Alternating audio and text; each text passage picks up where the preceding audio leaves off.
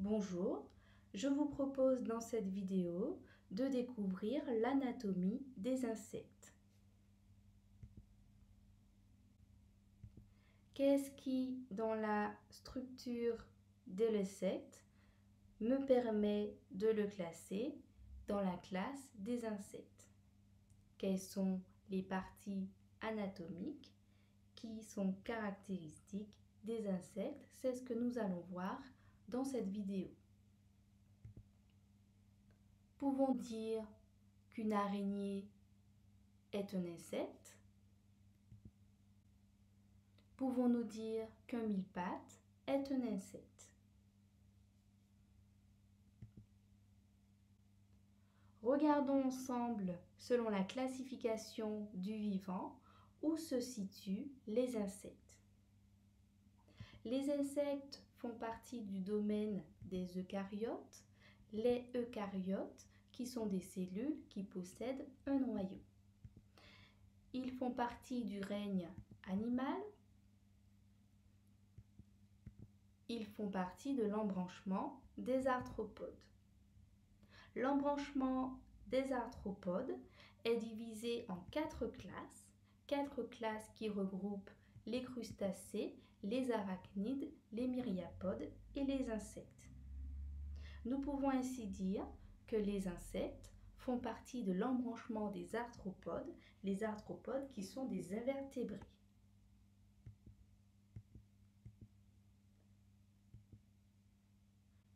Je vais ainsi donner une définition d'un insecte.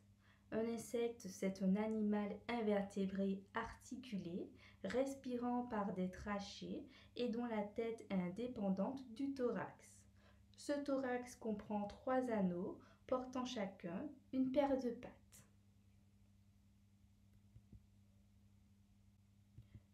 Je vous propose de déterminer l'anatomie des insectes. Quand vous regardez ces insectes, qu'est-ce qui, selon vous, est commun à chacun? Quelles sont les structures anatomiques que vous retrouvez sur chacun des insectes?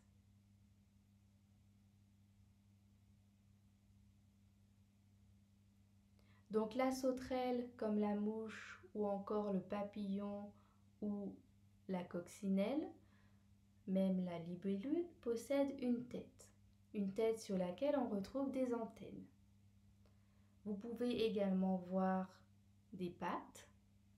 Sur certains, vous pouvez voir des ailes qui ont des structures différentes, des ailes qui sont membraneuses chez la libellule, qui sont en écaille chez le papillon ou en élytre chez la coccinelle. Suite à ces observations, je vous propose de voir les structures anatomiques qui permettent de classer les invertébrés dans la classe des insectes. Un invertébré qui possède une tête sur laquelle on retrouve une paire d'antennes, qui a également un thorax sur laquelle on retrouve 3 paires de pattes qui sont articulées, et enfin qui possède un abdomen, peut être classé dans la classe des insectes. Donc ici, vous avez représenté les structures anatomiques que l'on retrouve chez tous les insectes. Vous pouvez constater que la fourmi n'a pas d'ailes, tandis que l'abeille en a. Ce sont des structures qui sont caractéristiques et qui permettent de classer les insectes dans les différents ordres. Ça, nous le verrons dans une autre vidéo. Ici, si je prends comme exemple le papillon, il a bien une tête sur laquelle on retrouve une paire d'antennes, un thorax où on trouve 3 paires de pattes articulées, un abdomen et les ailes. On va retrouver chez le moustique ces mêmes structures communes à tous les insectes, à savoir la tête avec une paire d'antennes, le thorax avec 3 paires de pattes articulées et l'abdomen. Une structure caractéristique du moustique, c'est sa pièce buccale qui est de type piqueur-suceur. Cette pièce buccale qui est en rouge de type suceur, piqueur et les ailes qui ont été représentées en rouge sur le papillon sont des structures qui, comme je le disais, vont nous permettre de classer les insectes dans des sous-catégories d'ordre. Donc ici, quand on regarde la classification du vivant, après la classe des insectes, on peut rentrer dans des définitions plus précises et en fonction des structures anatomiques de l'insecte, le classer dans différents ordres. Nous le verrons dans une vidéo où nous prendrons le temps de voir chaque ordre d'insectes. Ainsi, nous pouvons répondre à notre question. Est-ce que l'araignée fait partie de la classe des insectes? Eh bien non, puisqu'elle n'a pas 3 paires de pattes, elle en a plus.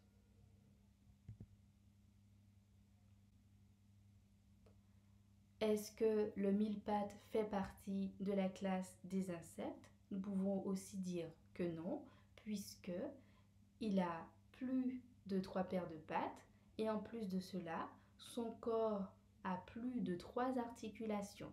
Rappelez-vous que chez les insectes, nous avons une tête, un thorax et un abdomen.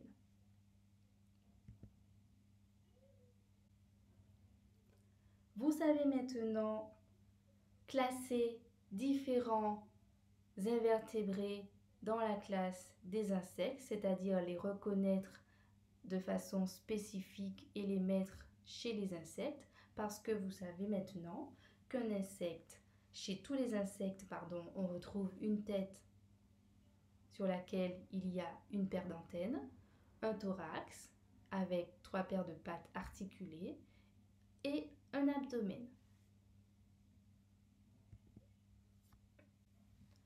Je vous invite à regarder ces 4 photos et à prendre quelques secondes pour me dire lequel parmi ne fait pas partie de la classe des insectes.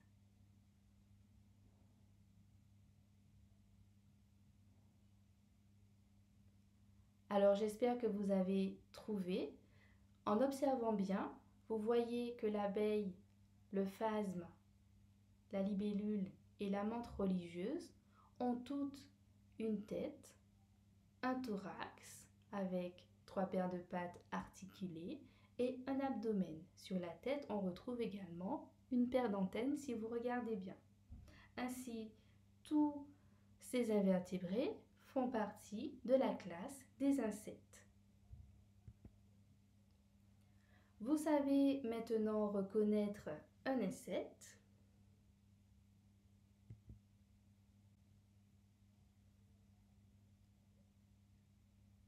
Pour la mise en application du cours, je vous invite à dessiner l'insecte de votre choix en légendant les parties communes à tous les insectes et celles qui sont spécifiques à l'insecte que vous avez choisi. Et je vous dis à bientôt.